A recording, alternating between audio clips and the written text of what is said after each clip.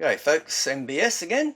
Today I'm going to be looking at a carburetor problem, like a no idle situation. Okay, so example, you just can't get the car to idle. You've got to have it idling above 1,000 RPM just to even come close to an idle speed. Sometimes even higher idle speeds are required. There's a good chance that it's this problem here, the solenoid. Okay, so we're going to be working mainly on the solenoid to test it and make sure it's actually working.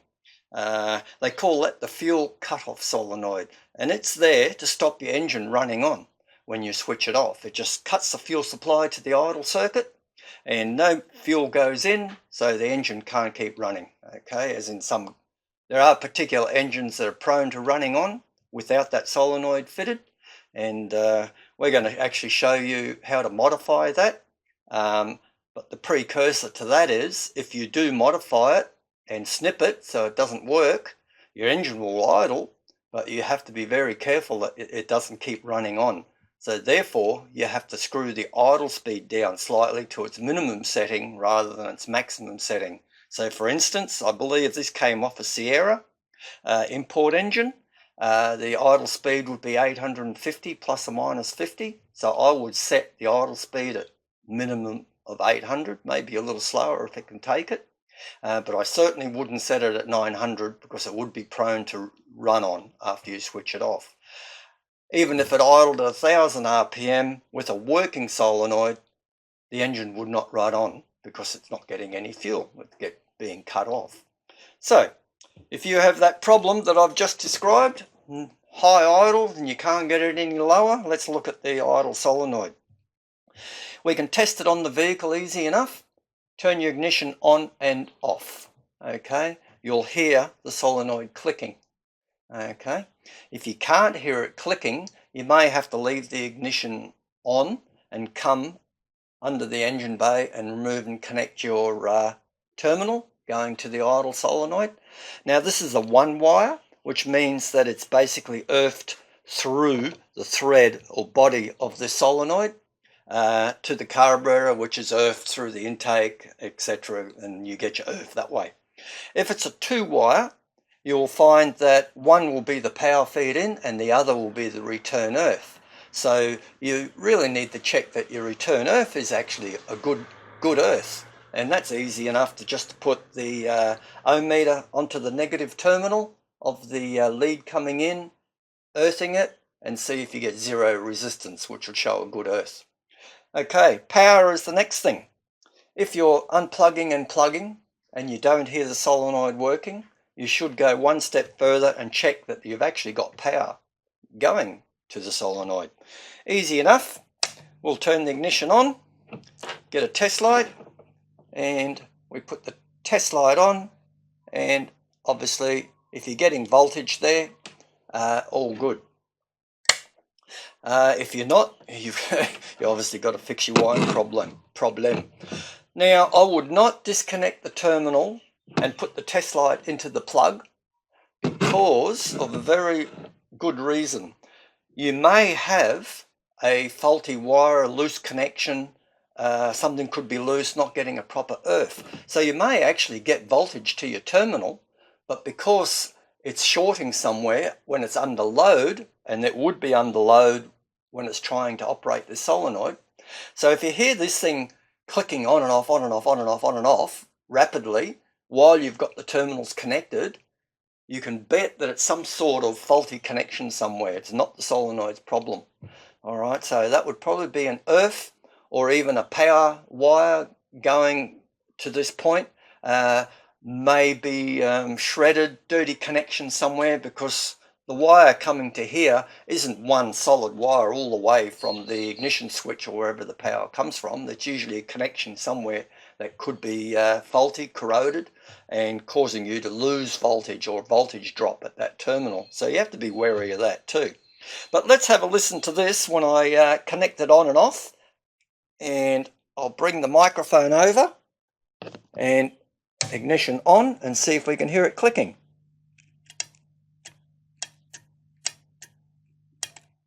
Okay, it does click, eh?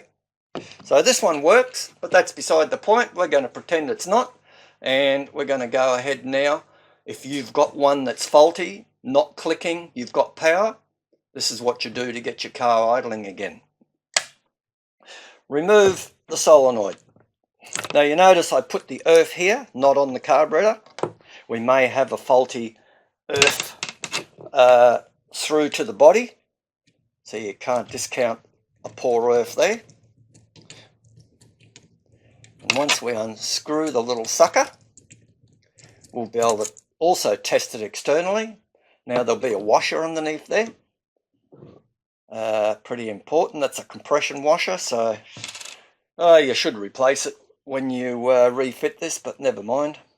Alright, so we can test this outside as well, so we can once again, we'll put our earth clamp on, we'll get our power lead, turn the ignition on.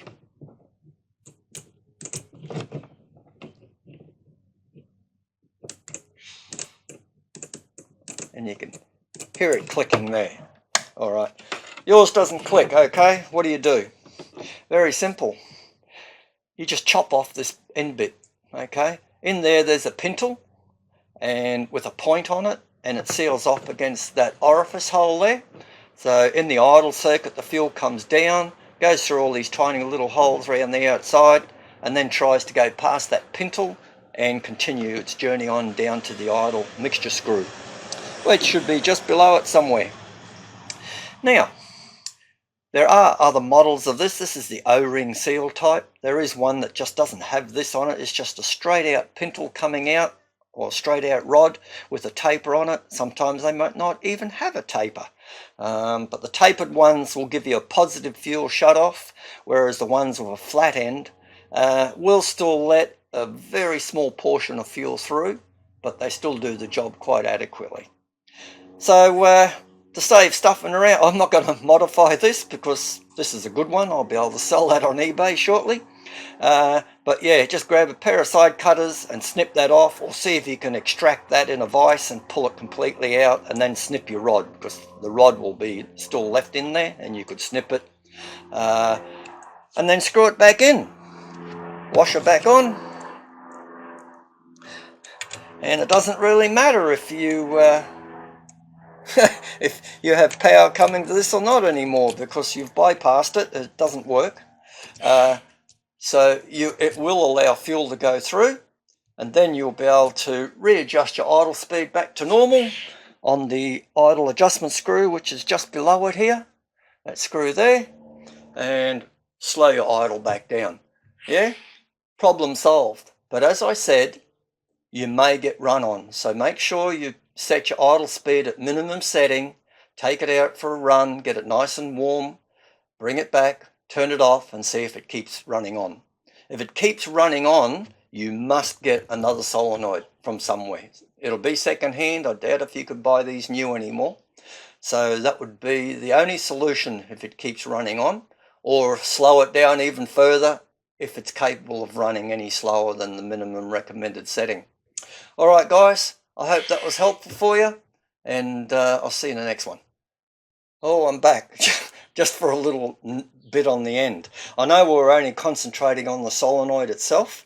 However, if the solenoid is okay and you're having idle problems, just won't idle, it may be a blocked idle tube, okay, inside the carby itself. All you can do there, without pulling the carby apart, remove the mixture screw out, get an air gun, shove the air gun into that hole, poof, give it a bit of a blast. Don't put 100 psi through it. That might be a bit much for the internals. Set it up to around about maybe 5 to 10 psi and give it a shot. Screw your screw back in and see if you can get it to idle then. All right, now it's goodbye.